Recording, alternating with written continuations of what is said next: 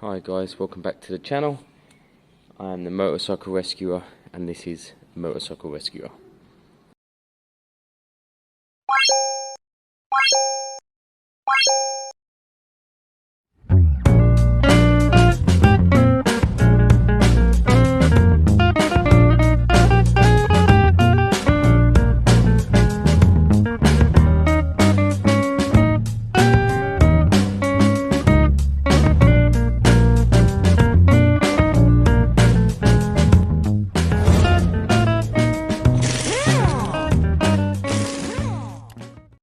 So yes, welcome back. This is my lexmoto carb conversion bike. Way more hassle than it should have been. And in reality, probably would have been a more reliable bike in its EFI state originally. The valves needed doing, we couldn't get the EFI to work or run, but it was a valve issue. And saying that the tank was ruined as well, you would have had to have bought a new tank with a new high pressure pump, etc. But I don't think that's what any of this is about. The loom's bad, and it's not necessarily a hacked loom. You know, it's not got huge signs of kind of hacked stuff. It's got the basics. The rear light, I think, is a different one. The front light had a little bit of work, and then the side stand switch was already cut and earthed and stuff. So it wasn't hugely difficult, but the actual looms itself, they're junk. They're absolute crap. They rub up against themselves and they snap and break. And I think a lot of our problems are coming from here. Now this loom, I'm not sure I mentioned yesterday, it's got the same CDI. That's why I bought it. It was 30 quid. So, you know, the CDI is 120 brand new. So it's got the same CDI down here. But the actual loom is from the Milano 125. John was saying yesterday, just swap them over. Technically, it's not the same wiring. I mean, a lot of it will be. A lot of it will be. But at this stage, some of it may not be. So that's why I didn't want to do a full loom swap. If it comes to it and I decide that this bike isn't quite right, it isn't working, then I will look down the route of swapping it all. But then I may end up hacking that as much as I'm hacking this. I've got a new spark plug here. I went to Halfords this morning. When I go to Halfords, I always pick up some brake cleaner as well. Now the reason I use brake cleaner is because it does a bit of everything. You can use the brake cleaner in the carbs, but you can't use the carb cleaner on the brakes. You can clean a little bit with brake cleaner. I was talking to someone about that yesterday on your paint. You've got to be a bit careful. If they're scratched or have any rust, I wouldn't use it. If you do use it, you have to be quick on, wipe it off, get rid of it quickly, but it is a good strong cleaner. So I do like some brake cleaner. And a couple of you were talking to me last week about buying, you know, huge containers of cleaner and then put it in a squirt gun. I thought about that for years. I should do that. I am going to get online and look at that. It's a better product as well, actually. It's more concentrated when it's like that as well. So I've got the new spark plug. Yesterday you saw a very heavily edited version of me starting this bike. You saw I cut it and edited it because it didn't. It started and ran, and I was really kind of tweaking here. I was really helping it. I'm dead set it's the spark plug. That's what it felt like. You'll see now if it starts and feels like a different bike all round. If it does start and feel like a different bike all round, then it's going to be finally ready to piece back together, which is great news. We're desperate for that. So let me get this new plug in and see, you know, what we're looking at. So I'll throw you on the stand. I think the choke is on. I get a bit confused with these. We'll know if it seems a bit better or not. It may not. The E10 that's in it, it's only been in it, what, 2 weeks. There's no way it would have gummed up.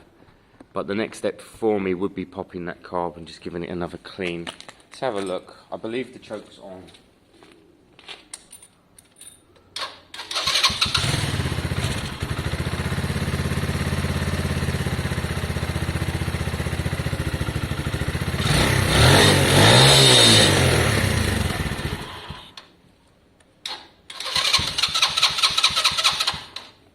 Let it warm up. That does seem a little bit better to me, maybe. Chokes on. It will of course need to warm up. Let me kind of get it warm and we'll see how it sits. I'm gonna see how it feels compared to yesterday. Let's have a little run up and down with it.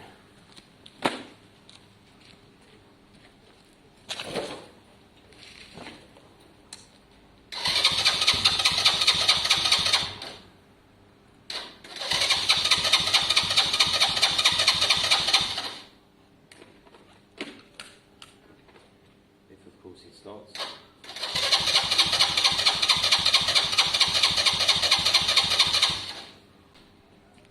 So annoying. So it won't start on its original coil. I've switched back, not the first one, the second one. It's extremely frustrating. As you would have heard there, still has kind of weak spark problems. This is a complete brand new separate 125 coil now. Same thing. Although that battery isn't great. That's the second acid-filled battery from Tanya Batteries that just doesn't seem to meet the standard. I messaged them before sending this one. I said, please top it up with battery acid properly. Make sure it's full when it comes out, because the last one wasn't, and the last one died immediately. This one's died now. Fair enough, I've been cranking it over a little bit, but I'm not sure these batteries are holding their own. I think they've been on the shelf too long. Let me plug it to the car. Let me see if that makes any difference. In my head, I'm thinking stator issue, not so likely. CDI or regulator, which I at least have a CDI in my bag over there, maybe even a regulator. But let me just plug it to the car and see if it even starts at this stage. So spark currently has gone again. Spark's completely gone. It was a bit weak before I connected up the car battery, and then it's gone. Eesh. Right, what's next? I'm looking at this coil down here. Now I need to kind of ascertain if it will do what we want it to do. So it definitely doesn't have a regulator. Look, I can't see a reg. I don't know what this does. This looks like a CDI, but why would it have, unless that is about the firing order. I think I'm going to have to try the ECU first on there and just see if that changes anything. But a part of me doesn't want to. A part of me doesn't want to mess around with that in case we blow something else. How am I going to tell if this...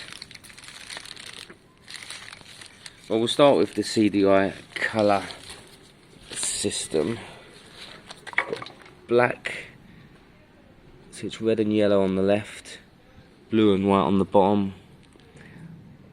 They actually look, it looks different. It's the same plugs. I'd have to compare the numbers on here. It may not even be the same CDI, even though it looked like it. 2865. ZNFX. I'm going to have a good look at all of this, guys. I can't quite work it out at this stage. Yeah. I don't know what's going on with this bike at the moment. It appears to have... I've pulled the tank now, and it kind of... I'm not even hooked up with that battery, and it does something. Kind of... A minute ago, it kind of started briefly. So I've got to work it out. I'm wondering if the regulator is earthed to the frame, because I'm running it loose. I wonder if it's earthed to the frame. I'll have to check that. Everything else is okay. You should always check the same with like the CDI and stuff. Are they technically earthed to the frame? I don't think they are. I don't think either of these are. But there has been occasion of some bikes where they were.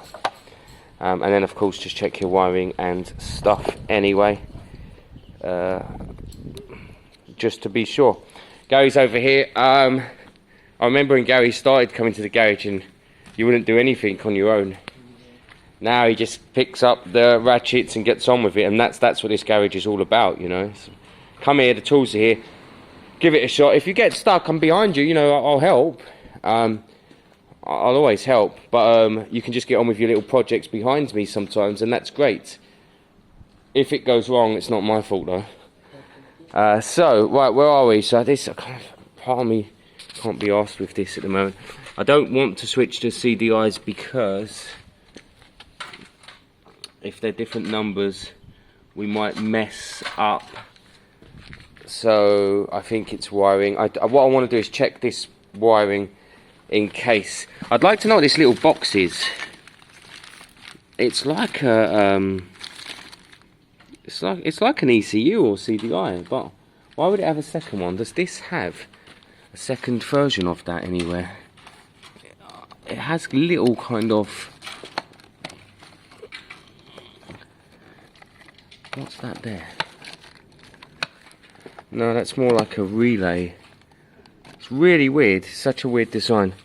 The other thing I would do at this stage is take that carb off, give it a good clean, just check, see what's going on under there, just in case we've got some sort of sediment. What I could do then is put an inline filter just in case, just to double check that. But I really, really doubt that there's an issue with the carb here, but it just won't hurt to pop it off and try it. I'm sure it's an intermittent spark issue. Again, if I hooked the cables up now with the tank completely off, it may try and trickle to life.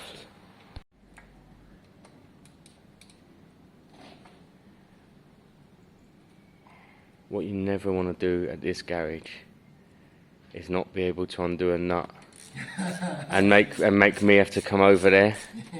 There's a bit of an ongoing joke with us lot when you can't undo a nut, so the other one will come over, won't bring an extra long bar or anything, just with their hands, because they want to prove a point.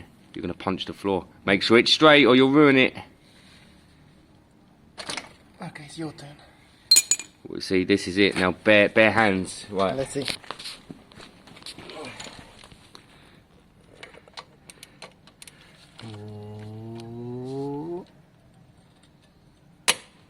That's light, mate. It's light. You got this, Tom. I'd love to say that was years of experience, but it wasn't. It was. It was leaning on it. I just want you to Right, let's have a good look at these. I think they will be pretty, I mean, the rear pads, I think, are non-existent on these from the bit I can see. Yeah, look how low they are. Yeah, That's yeah. crazy. Crazy. Alright, let's get them off. I think you need to pop that bar off. See that This bolt? one there? Yeah, that one there.